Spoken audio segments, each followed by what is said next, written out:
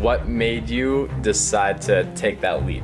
Rather try it and fail than never try it and regret not doing it in the first place. I completely changed everything that I do in my life. But I really do think in the next 5 to 10 years, if your small local business especially doesn't have a social platform or a social voice, you're going to be way behind the times. You can start this business with your phone.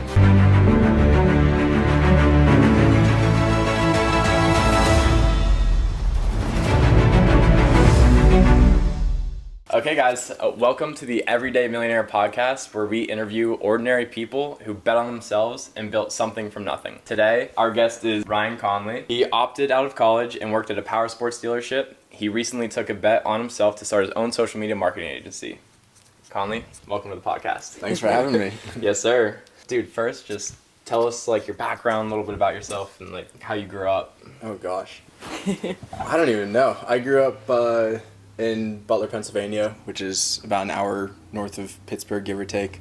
Pretty normal childhood, really. I mean, I went to a school where I grew up with the same 8 people for basically until I was 13 years old. So social skills were not very good leaving that, I didn't ever have to meet new people or anything like that. Yep. And then I went to Knock High School in South Butler here. So that was a bit of a culture shock for me. It's still a smaller-ish school for a public school. But yeah, that was definitely a transition there, trying to meet new people and, So in the realm of everything, I'm definitely very introverted, but I'd say in the last couple years especially, I've really started to try to be a little bit more extroverted in general, Fair. Yeah, no, I don't know. I just went to high school. I didn't do any sports. I get that question a lot. Everyone always asks me if I did any sports. I really didn't. And then, straight out of high school, I graduated on Friday, and Saturday morning, I started in sales at the power sports dealership. I was working there in high school. I did work release senior year, so I was getting out at 10:50 because I hated school. I basically knew from the get-go that college was not going to be my thing. Right. I knew I wasn't going. I never even applied. I never took the SAT. Oh I didn't even gosh, take the really? PSAT. I never did any of that stuff. Interesting. So did you always have a job in high school then? You were always working? Oh, doing yeah. something? Yeah. I had my first job. I worked on a farm in the summers. That started in, I want to say, after 9th grade, the summer after 9th grade. Maybe it was 10th. I can't remember now. But yeah, so I was working full time. It was 40 plus hours a week at the farm there, out in the dead heat, Gosh.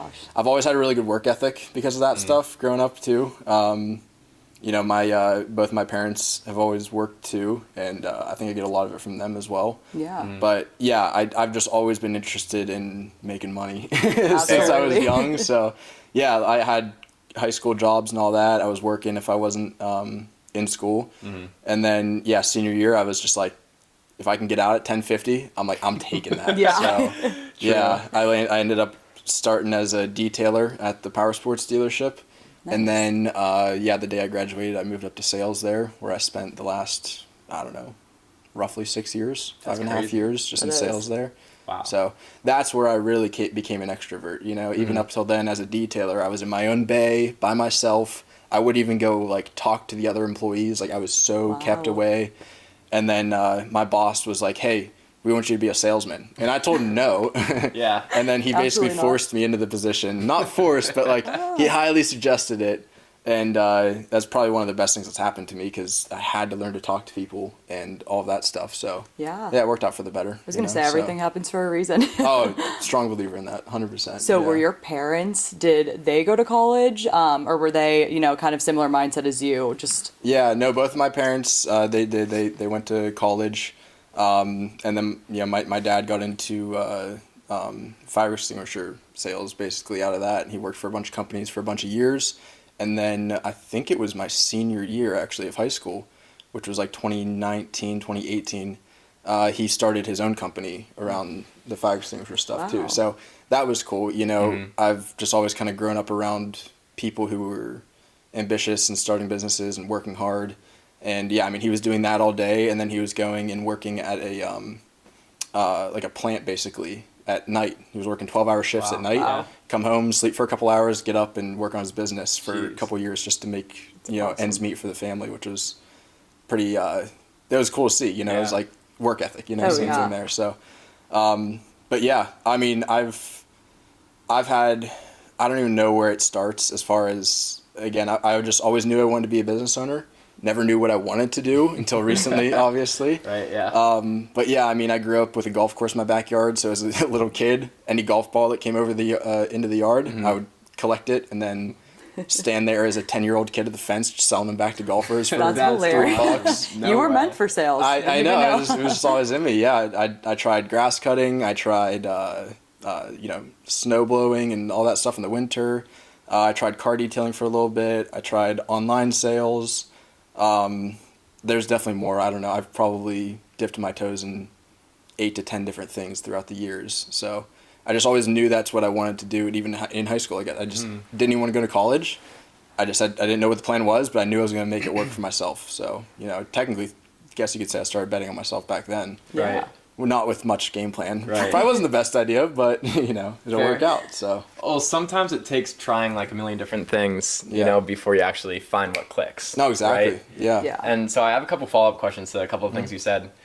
Going back on when you said your boss at the power sports dealership, Yeah. he basically forced you, right? Forced you to be in a Yeah. sales position.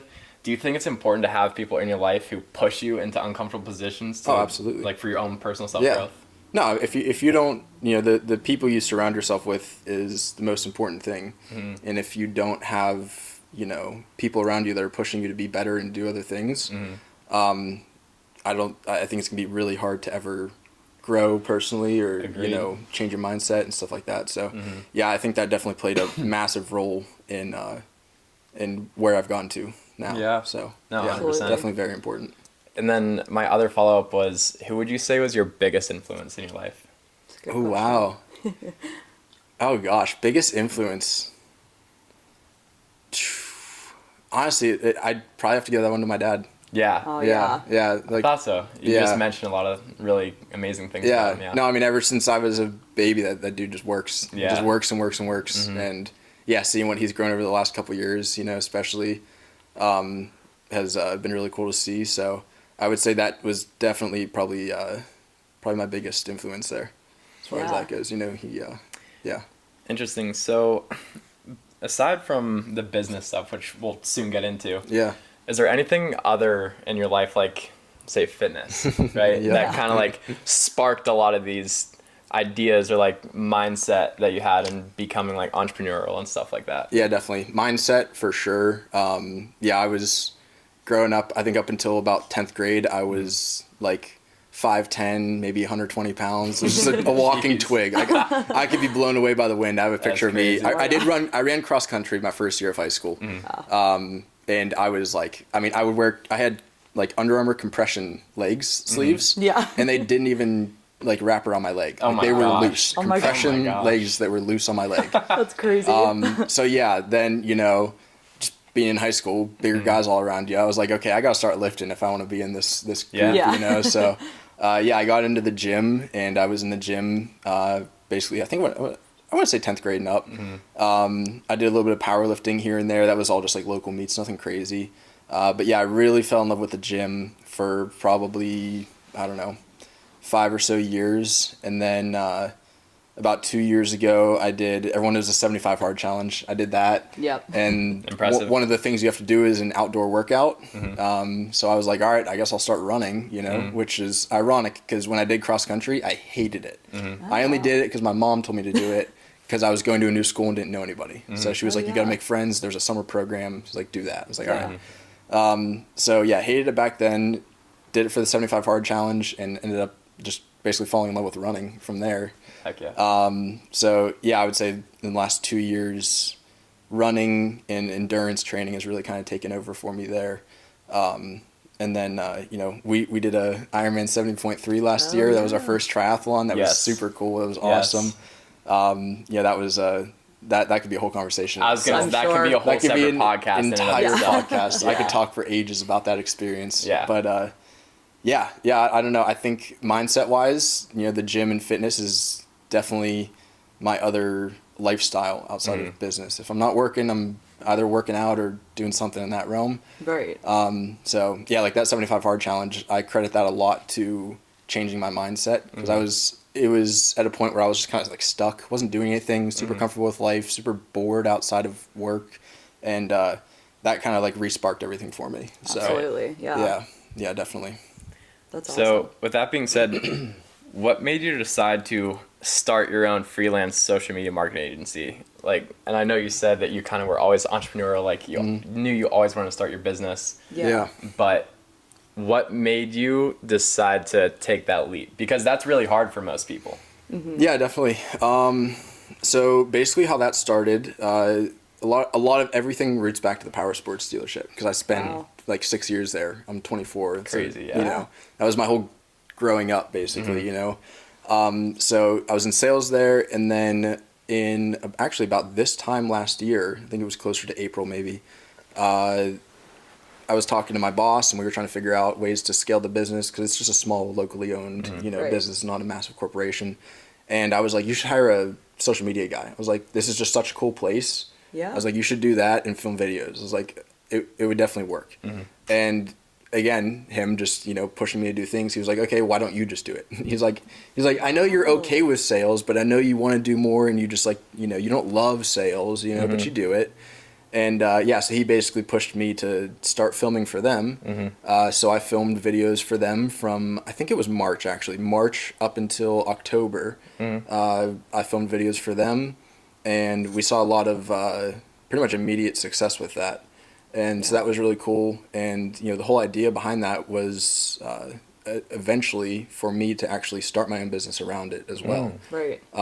Bill, he's the owner at the Power Sports dealership. Shout out Bill. Shout out Bill for real. No, he's the one that technically initially gave me the idea. He was like, how about you do this for us? And he's like, heck, eventually down the road, maybe you can just start your own business around it and keep us as a client. Yeah. Wow. So that like actually sparked the idea for me. And I immediately was like, that could be pretty cool. You know, I love filming videos. I love content creation, all of that stuff. So that's pretty much how it sparked up there. You know, I was going to ask you that. So had you already kind of been aware of the power of social media before, or were you more skeptical about it? Because I know it's still so new. A lot of people are afraid to get into it. So had you dabbled in it at all before then, like filming? Or I lightly had myself. That was another reason that he wanted me to do the role. Last year, pretty much in January, when Cody and I decided to do our Ironman, we were like, we should just post on our socials and document it, you know, and see if we can grow something there. So that's where I really fell in love with the whole social media game.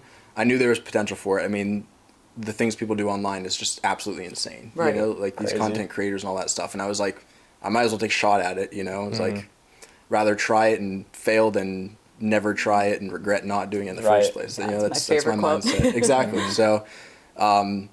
So yeah, that, you know, I dabbled with it there, and that's what initially got me into the whole thing. But yeah, I always knew there was potential for it there, you know. So yeah, it was definitely a big reason why it worked out. And that's crazy. Who would have thought like a hobby that you're doing on the side, you know, training for the Ironman would lead you into now your full career that you're launching. It's crazy. No, exactly. And that's why we can make a whole podcast out of it, because doing that Ironman, it literally, it goes down the tree, you know, with like, it basically ties into everything that I'm doing now and how my entire life has worked.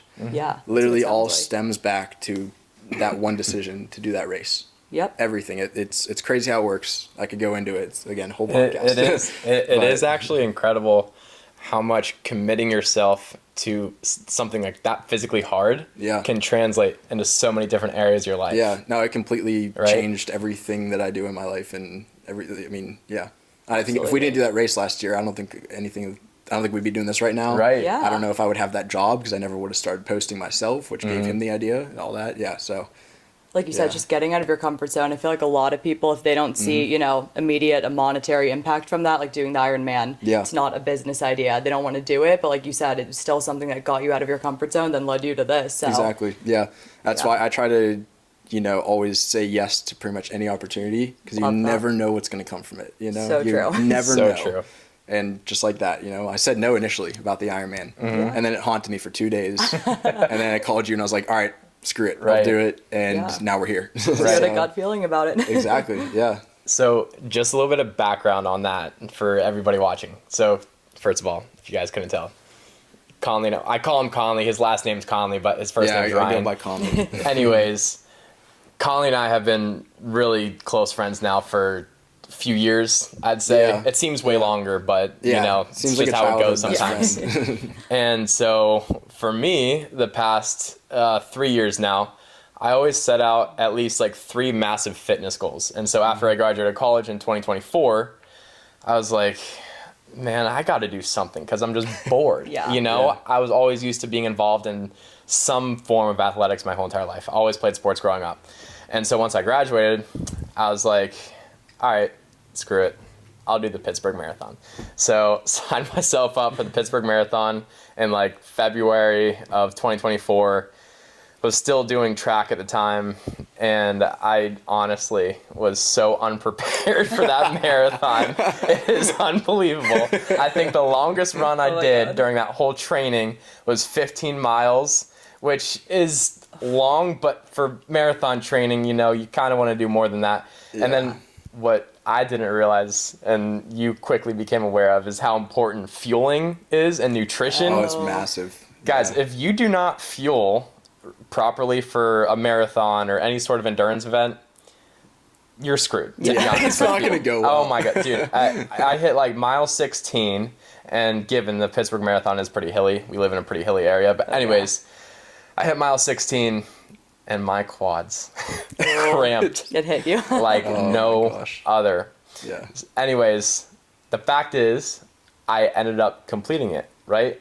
And that just sort of like jump started everything else going forward, because putting yourself in those really, really, really difficult situations makes you aware that even though you don't think you can do it, as long as you have the will to keep going and try, you're going to accomplish it in one way or another. So anyways, I went to Connolly and I'm like, dude, I'm doing a half Ironman this year. Like, you should really do it. And he was like, yeah, screw that. Yeah, those were his words to me. Literally what I said. He was like, nah, dude, I'm not about that. I was like, I can't swim. I don't know what I'm, It seemed impossible at the time. It did.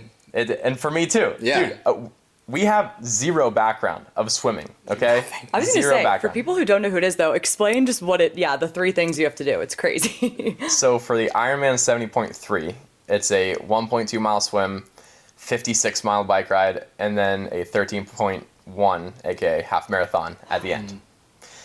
So anyways, 2 days later, he calls me up. He's like, hey, do you still need somebody to train with and do this Ironman with you? I'm like, I mean, heck yeah, dude, like, let's go.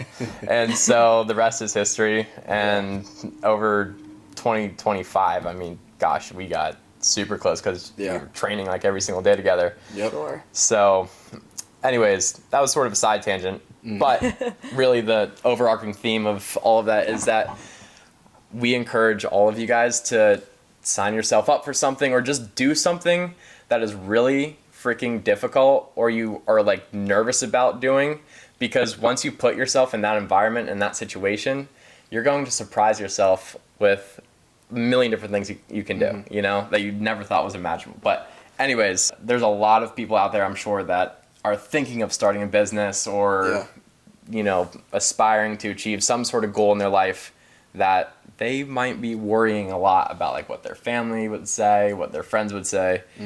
So just out of curiosity, for you, Connolly, how did your friends or family react when you told them what you were doing and going off to start your own business? Yeah, that can definitely be a pretty daunting one for a lot of people. Lucky for me, I am just surrounded by great people. My dad being a business owner, my mom understands all of it. She's super supportive of anything I want to do. They never even pressured me to go to college. Wow. There was no fight on that at all. Like, I just said, that's not what I want to do. And they were like, all right, sounds good. Like, you'll figure something out. That's amazing. Yeah, that's special. Most supportive parents ever. So they obviously had no problem with it. They were all for it. My dad was all for it. And as far as my friends go, I mean, I have a very tight circle as far as who I surround myself with on a day-to-day. And 2 of my 4 super close friends, that I would say, are business owners themselves. And they've taken that leap already. And my other 2 really close friends are the same mindset. It's the same thing. We all share the same mindset. So I really had no kickback on it. Everyone I asked about it, they were like, heck yeah, you should definitely do that. Take that leap, go for it.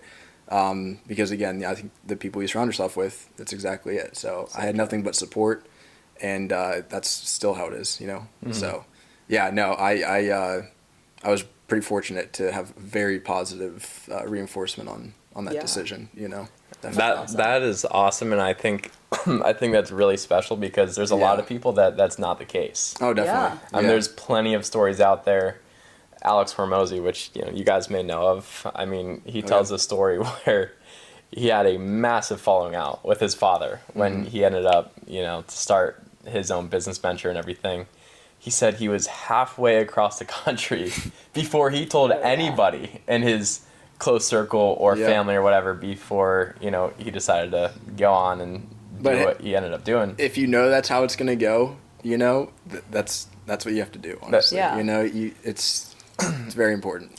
I was going to say, too, I think it's nice that since you're so used to your parents not setting out an exact plan for you, like a lot of kids are just comfortable with their parents will tell you, okay, you're going to college, this is what you're doing next. That probably helps you a lot now. Like, that's something we wanted to ask you about is how do you basically discipline yourself? Like, you're your own boss. You don't have someone creating your deadlines for you or telling you what to do. So how do you stay disciplined with all of that? Yeah, that's definitely been I because of all the fitness stuff and all that, I've definitely grown the discipline. I think I've always had stuff like that, but it has been I guess you could say a culture shock to me going from working a 9 to 5 where I'm, I have to be there at 9 a.m. Or I'm in trouble, to now I work from home. You could sleep in all day if you wanted to. No, exactly. So, and I've definitely had those days, it's a fight for everyone. No one's perfect. I've had days where it's just rough and I don't want to do anything, but at the end of it, what really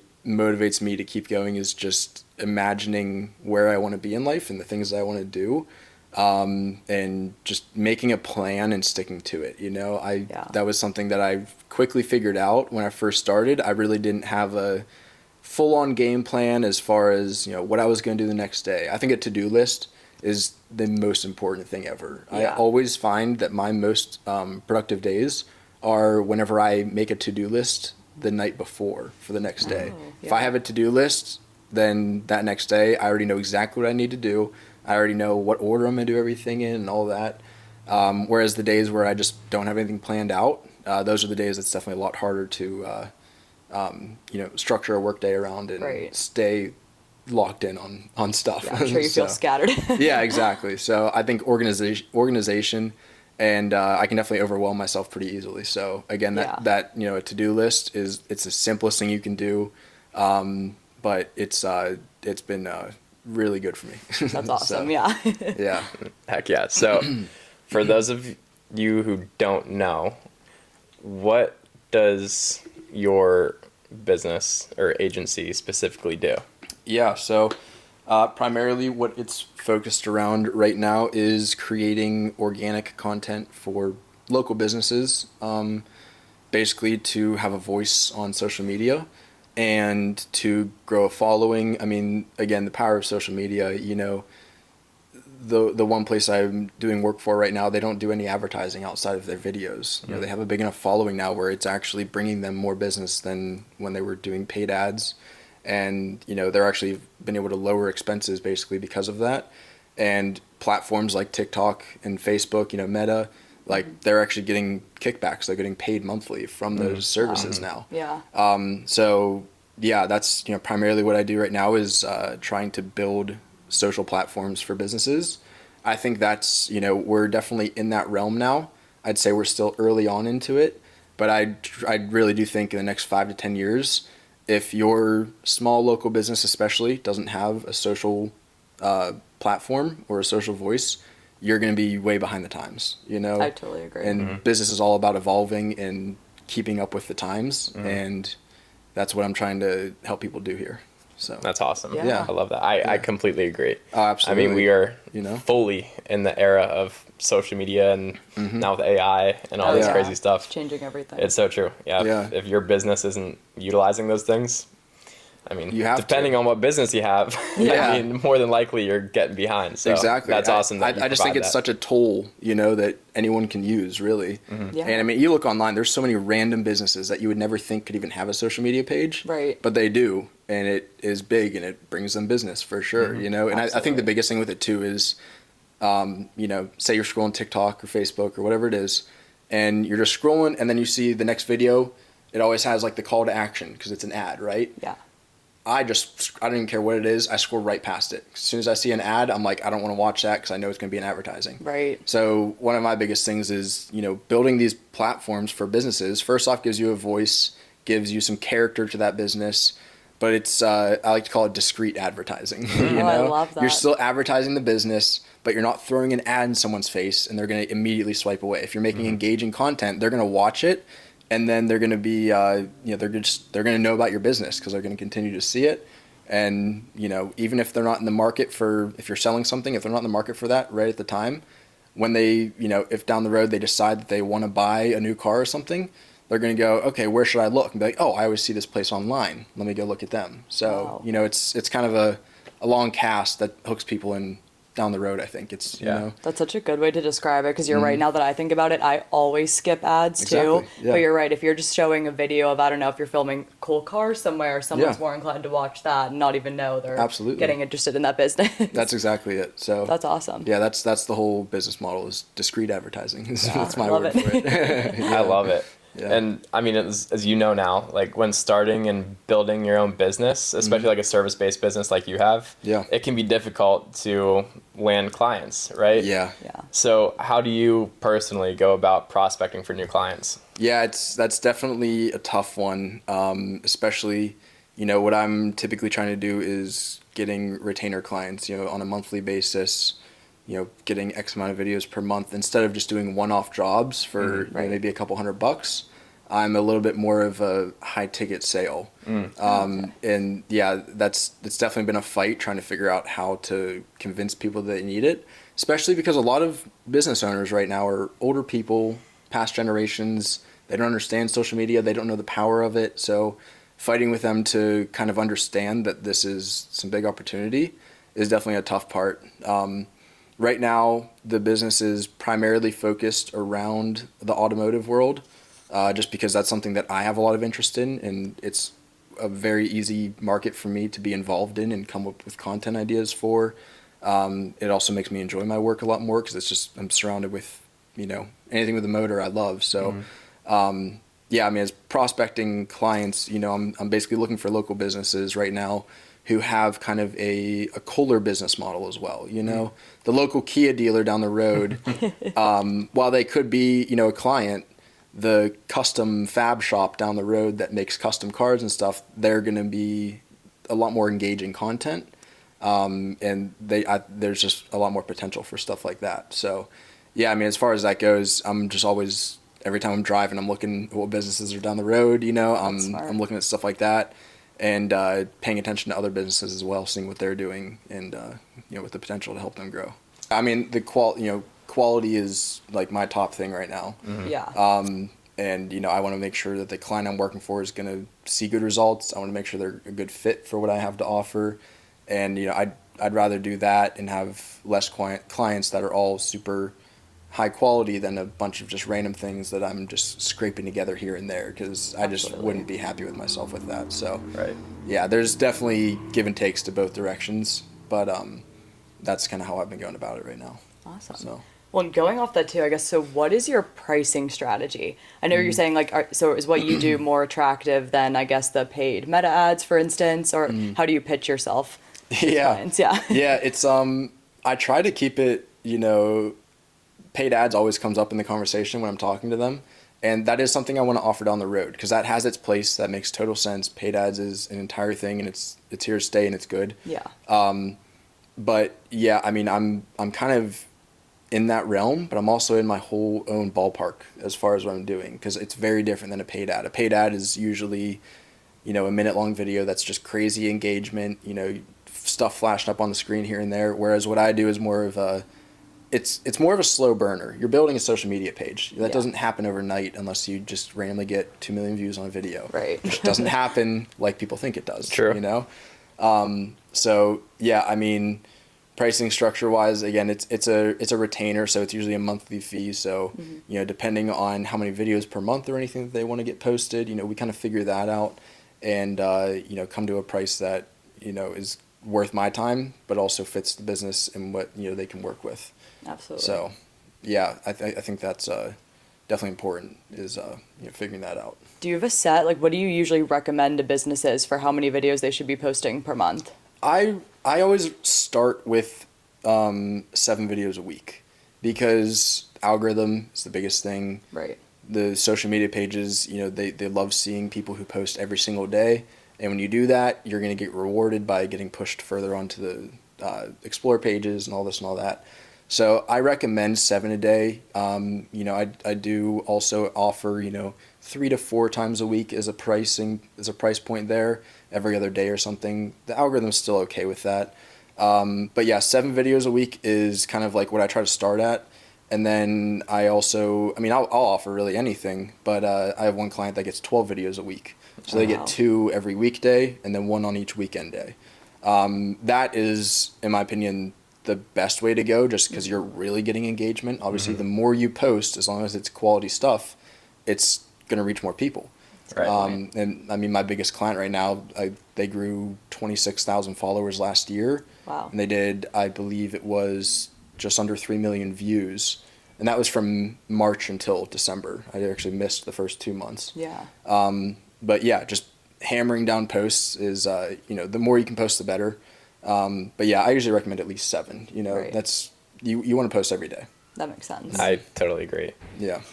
So for anyone out there trying to pursue what you are currently doing, what would you say is the most valuable skill set that you think they should have? I think determination is a big thing. I don't know I guess you could call that a skill set. Just being determined. Characteristic. I think the biggest thing is being slightly delusional. I think if you're not slightly delusional with your goals in life, you're not thinking hard enough, or your goals aren't big enough. Like I have some pretty big goals in my life, and your mind is the limit of everything, right? If you don't think you can do something, it's not going to happen. But if you at least have a 1%, chance of something happening, then it's still on the table and you can't roll it out. Very true. So I think that's definitely very important, is just being determined and not limiting yourself. I think everyone needs sales. Yeah. Valid. That's the simple answer. That's the regular answer. You're going to get that anywhere. But, if you're offering a service or trying to sell something, you need to have people communication skills, and you need to know how to talk to people. You need to know how to sell. If you don't know how to sell, I think everyone needs to know how to sell. It's interesting. So I would think that's definitely the biggest thing. Do you think they need to be very proficient in editing? That is social media? That's obviously a skill that you need. You obviously need the skills. If you're doing exactly what I'm doing, you obviously need the skill set of creativity. I come up with most of the content that I make for these businesses. So you need some creativity. You do need the skill set of filming and editing. But those are all things that you can learn down the road too. I'm still, every day I'm getting better at editing, learning new things here and there. Yeah. So editing, filming, overall creation, sales, it all wraps into the business itself there. Yeah. Very nice. Well, speaking of editing, we wanted to ask what equipment do you use? If someone wanted to get started, realistically, should they invest in a good camera right away or certain apps? If you could just touch on that stuff. You can start this business with your phone. You can literally start this business with your phone. I do have a camera setup and all that. Whenever I started this business with the power sports dealership, he wanted to invest in a nice camera and the microphone and all this and all that. And I was all for it, so we did that. And then whenever I jumped ship there to start the business, I basically just bought everything out from him. But you don't need it. You start with your phone, go on Amazon, buy some microphones of any type, $200 max. You can get good microphones. And a laptop's nice to have. If you have a laptop, you can technically edit these videos on your phone. You're going to be a lot more efficient on a laptop though. So I would say the perfect starter pack would be your phone, some microphones, and a laptop. You could get away with that, for a good while. Yeah. The camera, the thing about the phones is iPhones, even the other phone, they all shoot 4K nowadays. You can get really good content. Any content creator, 99% of them don't even have a camera. They use their phone for almost everything they do. Wow. So you can totally get away with it. I think the camera setup that I have, it's a Sony ZV-E1, and I have a Sigma 24-70 lens. That's like my primary setup. I also have a wide angle lens that I use depending on what I need to do. That is a bigger investment, but I do think it bumps the quality up too, So maybe down the road, once you start making money, I would recommend going that route with it. Kind of how it worked out for me is I just kind of was able to, already have something set up and be a lot more comfortable to spend the money on stuff like that. But yeah, editing wise, I still use CapCut for everything. There's plenty of other editing softwares out there, and you can do a lot. They're great.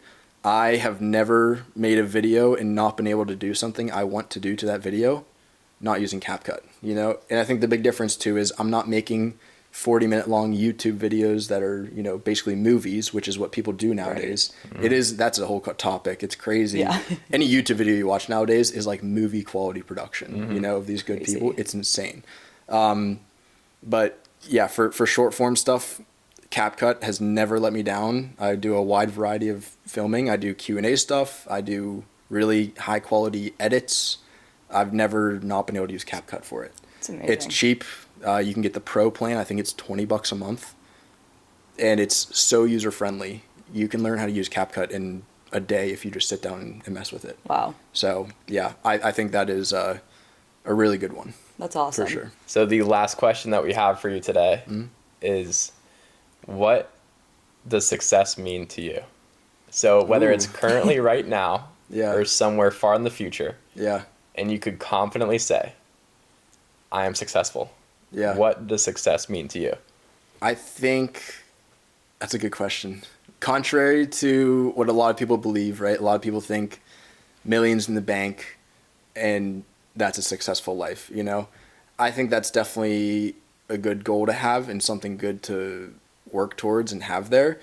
But the biggest thing is health. I'm a very big advocate of healthy lifestyle because, you guys know the quote, you could have a million problems, but as soon as one of them is your health, you only have one problem. True. Right? Yep, I love that. So I think health is a massive thing.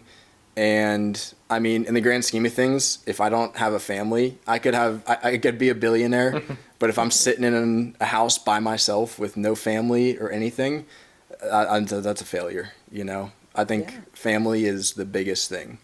Fair. So yeah, I would say health and family. I could be sitting back in a house as long as I'm healthy. I can still get around. I got a wife and some kids. That's success right there in itself. And then everything else just complements it, in my opinion.